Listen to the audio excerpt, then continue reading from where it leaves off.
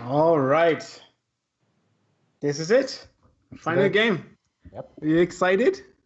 Very excited. Okay, I mean, I know what happens, so you know what happens, yeah. But yeah. were you excited at the point where this happened for you? To be honest, I was so tired. I was like, just get it over with. Like, I don't care. I was really tired that day. So yeah, no, it's an exciting match for sure. Like a lot of decisions to be made and a lot of edges and stuff. Yeah, what could be better than a nice control mirror, like not control, but lots of interaction, cheap spell mirror after 11 hours of playing Magic. Yeah, abusing the stack like there's no tomorrow. Yeah, tiny advantages back and forth. So we see my hand is really bad. That's the easy mulligan. Like, yeah.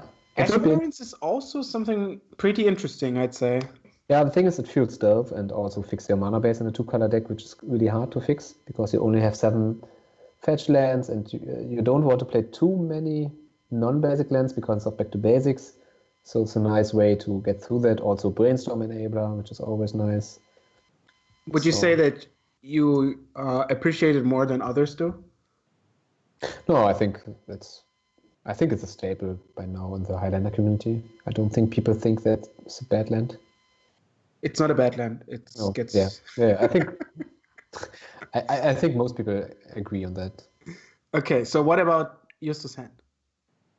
It's quite good, I would say. I mean, it's not the best. Like, okay, he has the Lava Metzger, which is nice. It's still a bit slow.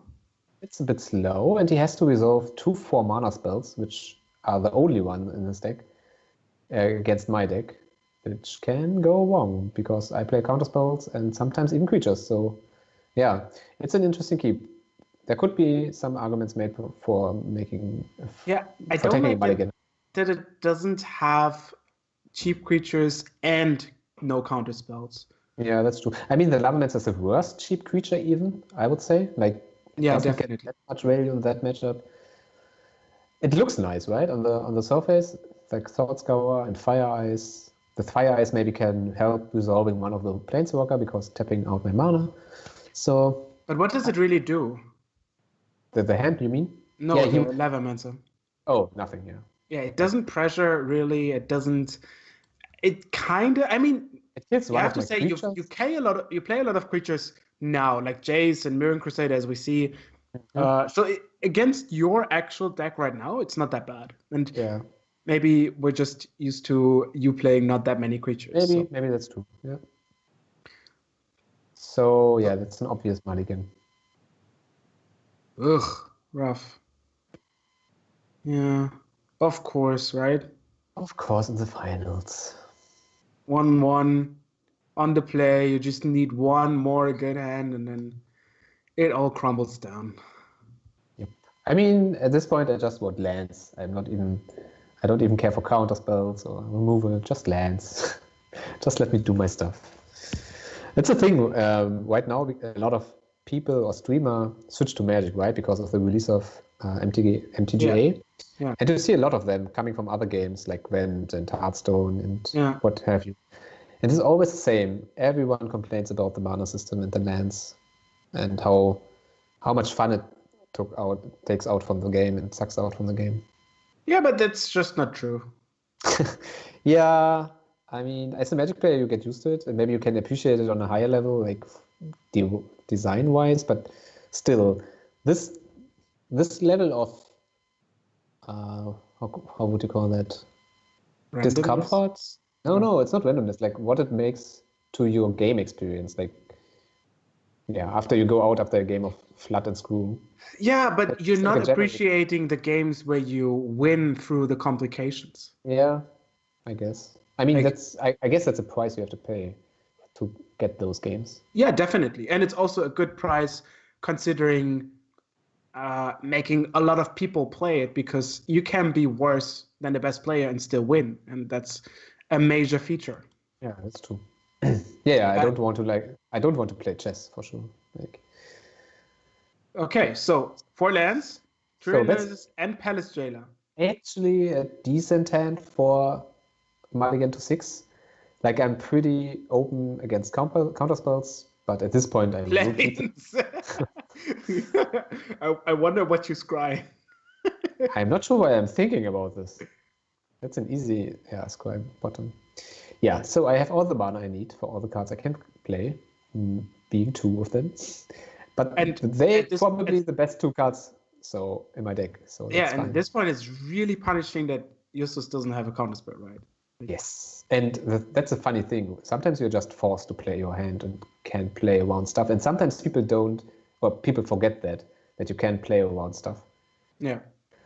And this is one of those examples. I can't play around anything, so I won't bluff any counter magic. I will run my Nemesis into his 2 open mana if I have to, because I can't do anything else, and that's my only hope.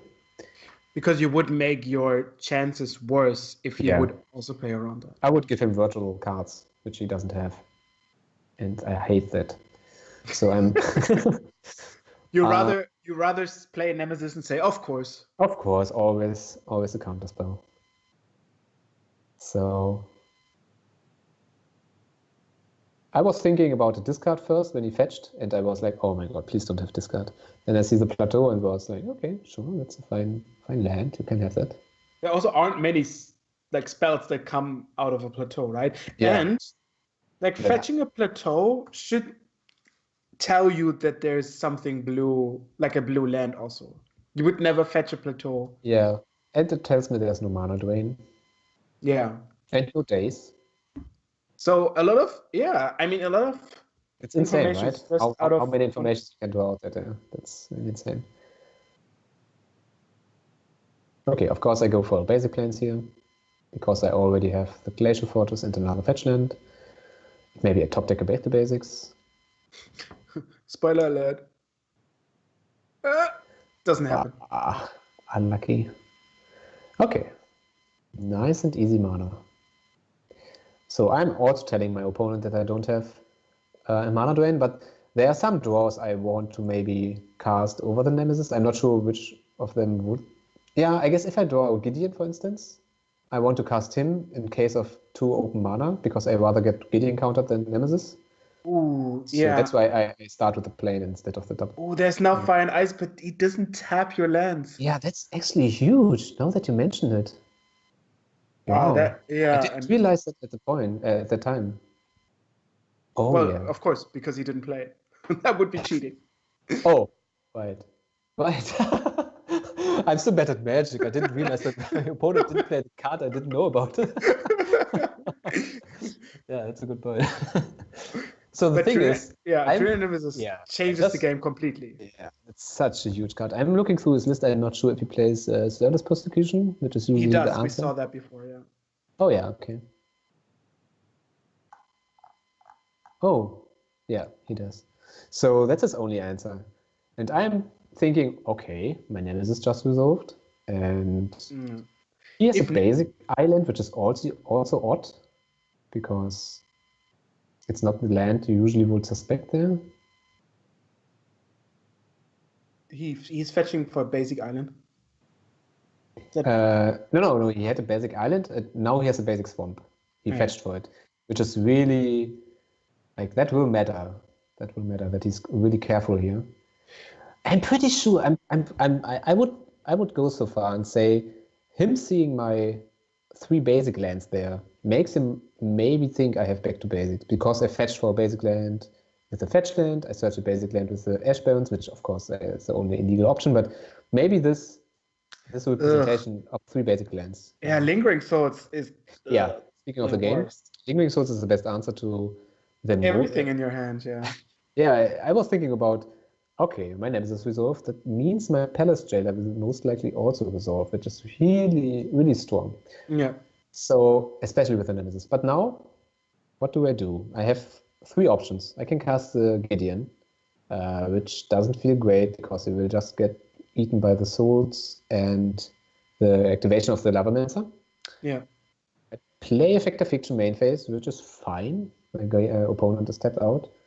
But then he can do what he wants, and maybe has an answer for the Nemesis, I don't know. And then I'm really behind on the board. Or I could play the Jailer and start the waste basically over around the Monarch. So that's a really tough decision here. I feel like Jayla and Gideon are so bad right now. Mm-hmm. That you would play the Fact or Fiction? Yeah. Yeah, well, I was leaning to that. Like, if every card has 33%, I think I was 40% for the Fact or Fiction. Then the Jailer, then the Gideon. But the thing is, as I said, I expect him to have some kind of answer maybe for the Nemesis, and the tempo loss is so huge at this point, and I'd rather make him doing something against the board, because he can get the Monarch back, but he still takes 3 damage each turn. While I also, I'm going for the token, which I obviously have to go because the Jailer, no, the Lavamancer just gets the Lavamancer back if he attacks. So I mean, and being Monarch, like having the Monarch is not that bad because you always get it back, right? You know, there's not much happening. It will lead to back and forth, but as soon as you get rid of the token, it might be that you can keep it. Yeah. I mean, the token removal is sure. It's like it's not even close, I think, because he just gets a Lavamancer back if he attacks. So that's why. Because Palace Jailer works. Yeah, definitely. Yeah. I was also thinking about Gideon just using the emblem and raise him really hard. Like just getting the Nemesis to a 4/2, which can't get killed by persecution then. Mm-hmm. That was also an option, but yeah. So we see now the Monarch raise.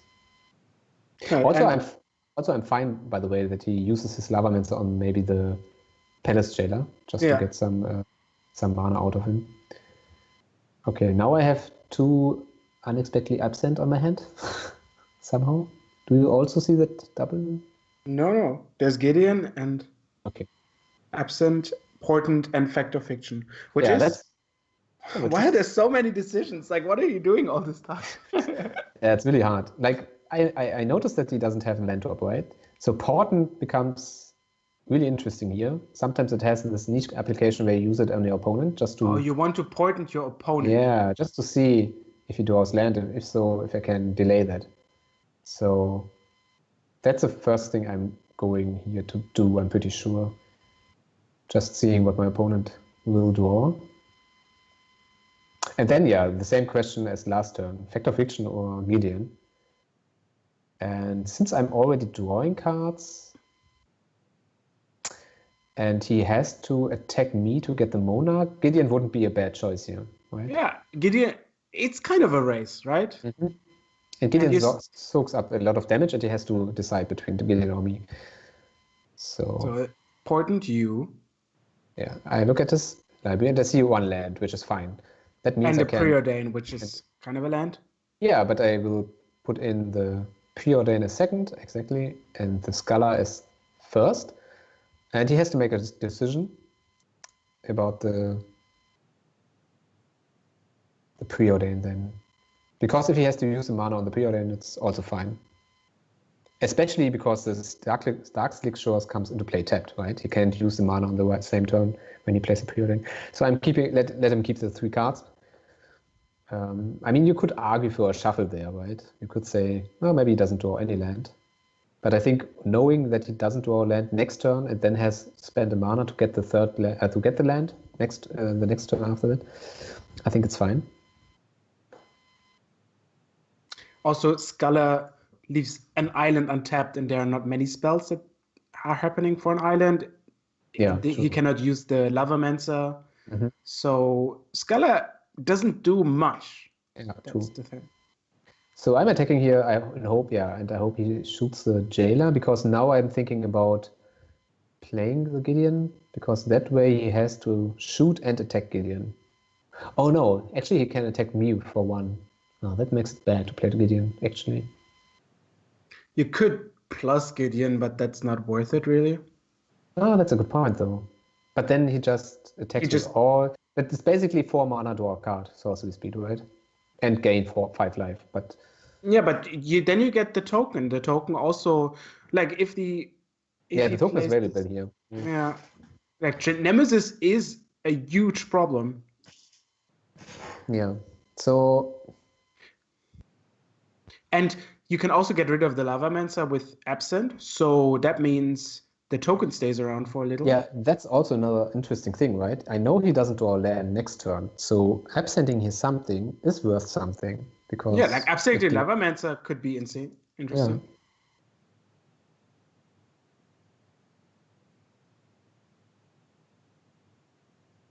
Yeah, as you can see, I'm really like You're this torn. turn. I'm really torn. Yeah, I'm going all in on the denial plan and put the Lavamancer on top. So that means he won't draw land for the next 2 turns, and then he has to play the Preordain to get this land. So I'm drawing for the Monarch. Also, resolving the Fact of Fiction. That's actually, now that I think about it, it's actually quite. Oh no, the Lavamancer's on top, right? Because I was thinking about the Scholar getting the Fact of Fiction, but the Scholar was not in his hand. So now he plays the Collective Brutality, which is brutal in some sense. Shouldn't there be a Scholar? What happened to that? I put the Lavamancer on top. That's why. No, but didn't he draw it after the Portent? First of all, I forgot my Portent. Like I didn't draw a card for my Portent. Second of all, which never happens, by the way. Second of all, I put the Absent with the Absent and Lavamancer on top. So that means Lavamancer. It's still the same turn. Yeah, I get you. Yeah. And because my turn was so long and I thought really long, I totally forget about the Portent, which is bad. Like having one more card is really important here. And luckily I can just draw my card, which is interesting. I thought I just missed the trigger and then that's it, but yeah, I was allowed to redraw the card, or rather draw the card. So now... It's always like the judge's decision, how far the game is, how easy it is to fix. Yeah. Okay, now we see he takes the Fact of Fiction, obviously. He replays the Lavamancer, and I got the Numble Obstructionist, which is quite interesting, because the activation cancelling on either the Lavamancer or the Monarch trigger can be important. Yeah. Man, so close. So, what I'm doing right now. Yeah, I do land, right? Which lets you cast both. No. I already played land? Okay. Yeah, I already played land. I mean, I attack, that's for sure. So, what would you do? I think I still like casting Gideon, making a token. Mm-hmm. I would think so too. On the other side, I was thinking, I get the Monarch trigger. Maybe I get something I can cast. Maybe I draw a Cryptic. I like how you also move your planes first. I have 3 islands and a plane. Oh my god, I'm the worst. What could I possibly cast with You should never play poker with me, I guess. Oh my god. Oh my god. I didn't realize I was oh my god, so telling. Oh, that's the worst. Okay, so my thought process was, I have so many flash creatures, I have so many instants, maybe I use the Obstructionist end of turn, and maybe I draw something which I can play also instead of the Gideon, right?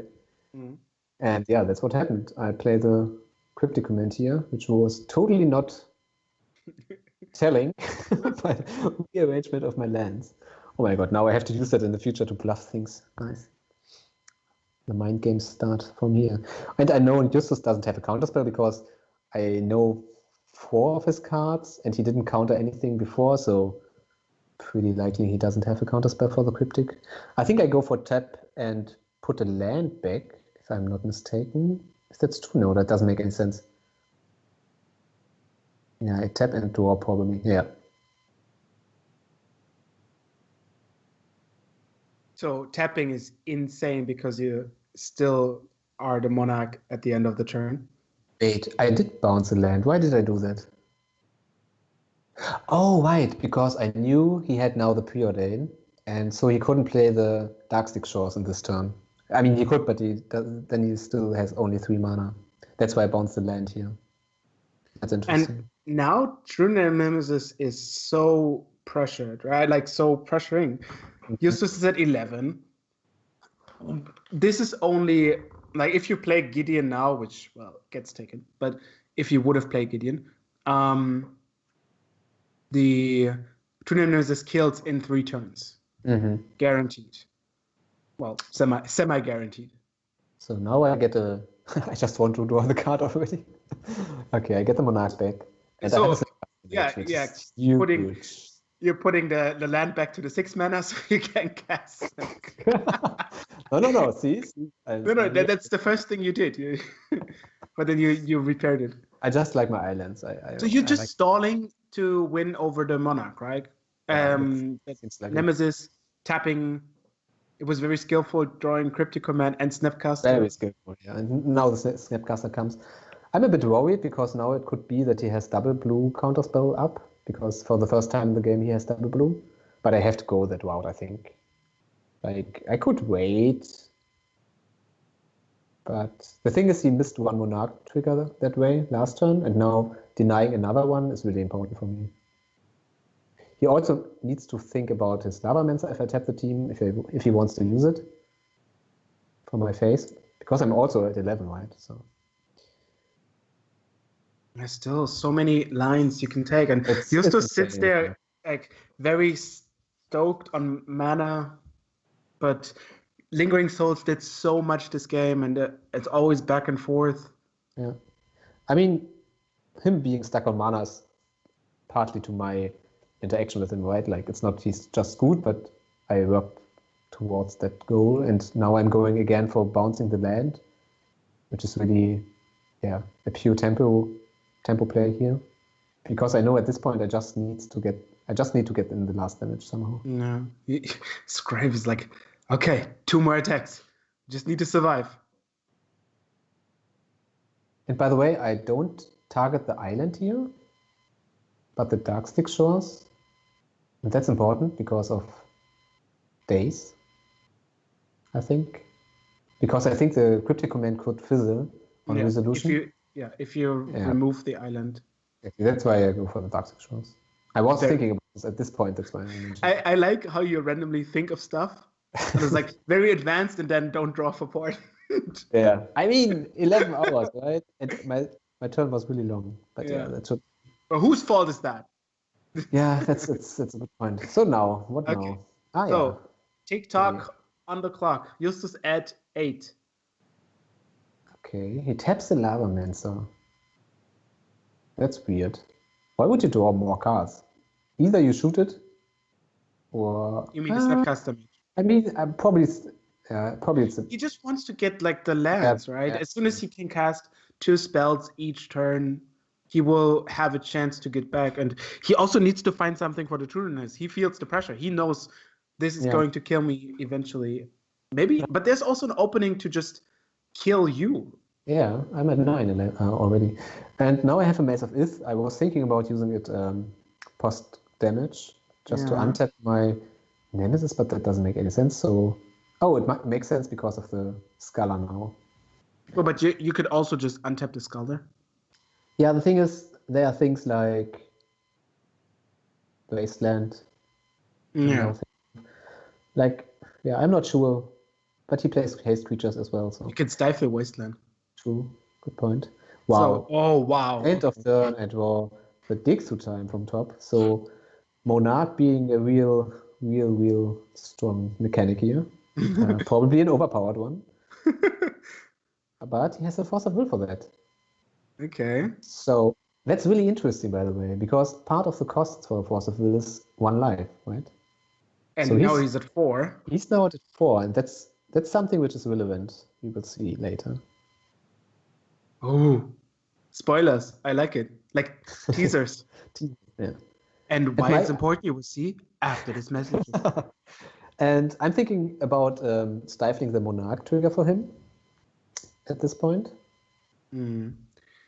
Because playing it out seems too... Yeah, it doesn't do anything against Souls and Lavamancer.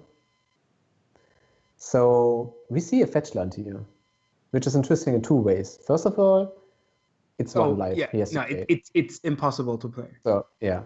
And I mean, also there's a Nimble Obstructionist as well. Exactly. Like, you could say, okay, but I'm getting the life back with the Johnny, but we see and he sees, the Nimble Obstructionists will counter this. And yeah, interesting.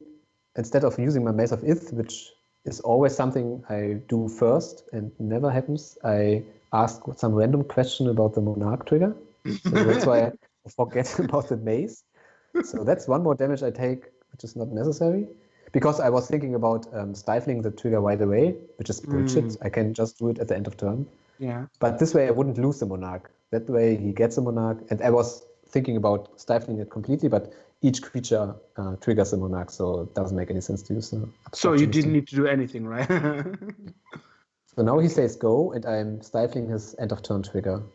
I'm not sure if that is right, but I do it. Okay, so if you can somehow get rid of the Scholar, you win, right? You cast Gideon, emblem it, but yeah, that's true. It doesn't seem like it. So now I have Shadow Cross. And you're also like governments is dealing you 4. Yeah. Aren't you almost dead? I mean, he has 2 damage to the face plus an Ajani. Yeah, and no, and Lavamancer can shoot twice, and then the tokens do 3. But if the Lavamancer shoots, the Ajani can shoot. Yeah, but he can still cast Lightning Bolt or something. I don't know what the mana situation. No, he needs. He's only 1 red. Yeah, he has only 1 red. And remember, in the second turn he fetched for in the third turn he fetched for Basic Swamp. Yeah. So that's haunting him right now. If the because he could have played Ajani right now. Yeah. If the plateau would have been a volcanic, he could have bolted, then dazed the bolt, paid for bolt, and used the red again. Sick. But well, it's not, so it doesn't help. Okay, I do nothing relevant. I do a Brightling, which I'm probably never used for attacking anymore in this game. Can it get flying? No.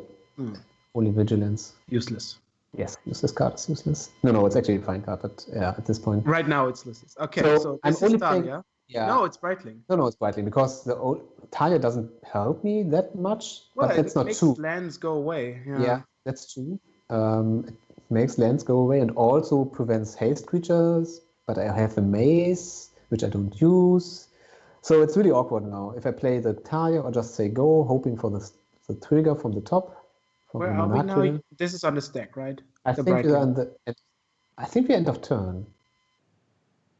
Yeah, we just end of turn. Are you drawing a card? I hope so. Yeah, my whole turn was based on me drawing a card, so I draw a mana drain. Ooh. And for the record, it's really insane how good I do with the Monarch here. I do Dixu Time, which got forced. I do the mana drain now, and the Cryptic. Earlier the Cryptic, which was really huge. So yeah. So now we see me being on 5. Justus has 3 flying damage, which I hopefully maze now. 1 of them, yes. I go to 3, which means conveniently enough for this. So Lightning Bolt, which doesn't help him. Yeah, and he has a fetch land, but he can't use the fetch land because he's at 1. He can't use the Lavamancer, he can't use his Ajani. So what happens to Portent now? Like, they're still a Portent, right? That's true. Yeah. But the Portent doesn't draw the card in his turn. Well, maybe next turn. Maybe there is something. Maybe in his turn, yeah. But what could there be for blue-black, which prevents me from attacking? Persecution? No, he doesn't have white. What is the land between island and swamp? Darkslick Shores. Ah, yeah. Okay. Okay. Yeah, I guess that's the only thing you can do. And I have 1 mana left for the days. That's insane, right? So that was such a close game. Wait, I want to see what's on the library. Yeah. So wow, GG, my friend. GG. Really intense game, yeah. Yeah, oh God, so many back and forth and decisions, and as we saw, you can make everything differently, and then everything ends up differently, and that's insane. Wow. Yeah, congratulations. You're now the proud owner of Savannah.